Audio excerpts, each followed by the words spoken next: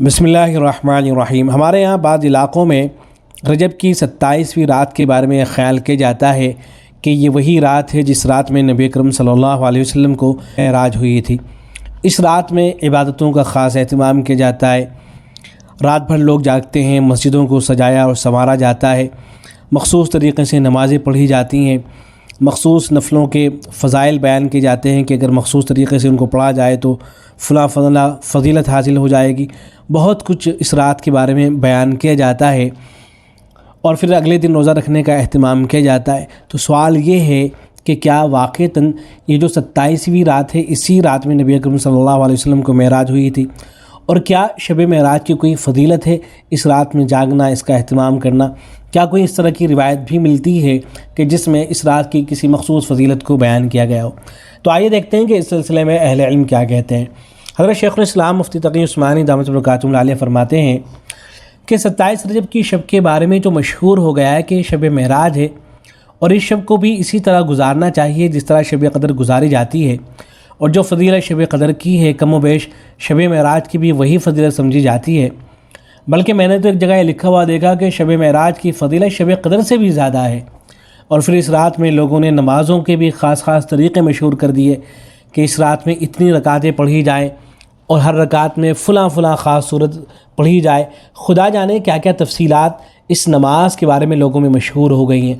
خوب سمجھ لیجئے یہ سب بے اصل باتیں ہیں، شریعت میں ان کی کوئی اصل اور کوئی بنیاد نہیں ہے۔ سب سے پہلی بات تو یہ ہے کہ 27 رجب کے بارے میں یقینی طور پر نہیں کہا جا سکتا کہ یہ وہی رات ہے جس میں نبی اکرم صلی اللہ علیہ وسلم معراج پر تشریف لے گئے تھے، کیونکہ اس باب میں مختلف روایتیں ہیں۔ بعض روایتوں سے معلوم ہوتا ہے کہ آپ صلی اللہ علیہ وسلم ربیع الاول کے مہینے میں تشریف لے گئے تھے، بعض روایتوں میں رجب کا ذکر آیا ہے اور بعض روایتوں میں کوئی اور مہینہ بیان کیا گیا ہے۔ اس لیے پورے یقین کے ساتھ نہیں کہا جا سکتا کہ کون سی رات صحیح معنی میں معراج کی رات تھی جس میں حضرت صلی اللہ علیہ وسلم معراج پر تشریف لے گئے تھے۔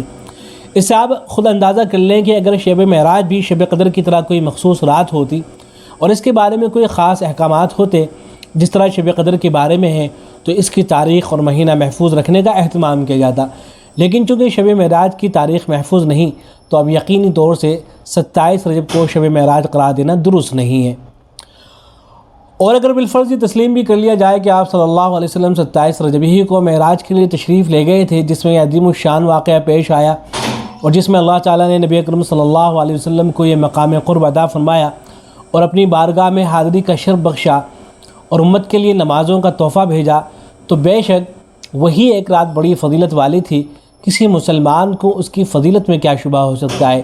لیکن یہ فضیلت ہر سال آنے والی 27 رجب کی شب کو حاصل نہیں ہے۔ پھر دوسری بات یہ کہ یہ واقعہ جو معراج ہے یہ سن 5 نومبر میں پیش آیا۔ واقعہ معراج یعنی حضور صلی اللہ علیہ وسلم کے نبی بننے کے 5ویں سال یہ شب معراج پیش آئی، جس کا مطلب یہ ہے کہ اس واقعے کے 18 سال تک آپ صلی اللہ علیہ وسلم دنیا میں تشریف فرما رہے۔ لیکن ان 18 سال کے دوران یہ کہیں ثابت نہیں ہے کہ آپ صلی اللہ علیہ وسلم نے شب معراج کے بارے میں کوئی خاص حکم دیا ہو یا اس کو منانے کا اہتمام فرمایا ہو، یا اس کے بارے میں یہ فرمایا ہو کہ اس رات میں شب قدر کی طرح جاگنا زیادہ اجر و ثواب کا باعث ہے۔ نہ تو آپ کا ایسا کوئی ارشاد ثابت ہے اور نہ آپ کے زمانے میں اس رات میں جاگنے کا اہتمام ثابت ہے۔ نہ خود حضور صلی اللہ علیہ وسلم جاگے اور نہ صحابہ کرام رضی اللہ عنہم کو اس کی تاکید فرمائی، اور نہ صحابہ کرام رضی اللہ عنہم نے اپنے طور پر اس کا اہتمام فرمایا۔ پھر سرکار دو عالم صلی اللہ علیہ وسلم کے دنیا سے تشریف لے جانے کے بعد 100 سال تک صحابہ کرام دنیا میں موجود رہے۔ اس پوری صدی میں کوئی ایک واقعہ ایسا ثابت نہیں ہے جس میں صحابہ کرام نے 27 رجب کو خاص اہتمام کر کے منایا ہو۔ لہذا جو چیز حضور صلی اللہ علیہ وسلم نے نہیں کی اور جو آپ کے صحابہ نے نہیں کی، اس کو دین کا حصہ قرار دینا یا اس کو سنت قرار دینا یا اس کے ساتھ سنت جیسا معاملہ کرنا بدعت ہے۔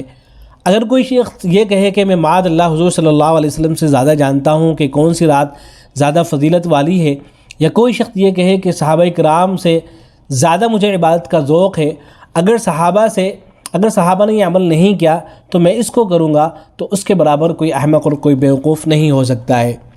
تو جہاں تک دین کا تعلق ہے، حقیقت یہ ہے کہ صحابہ کرام اور تبع تابعین دین کو سب سے زیادہ جاننے والے، دین کو خوب سمجھنے والے اور دین پر مکمل طور پر عمل کرنے والے تھے۔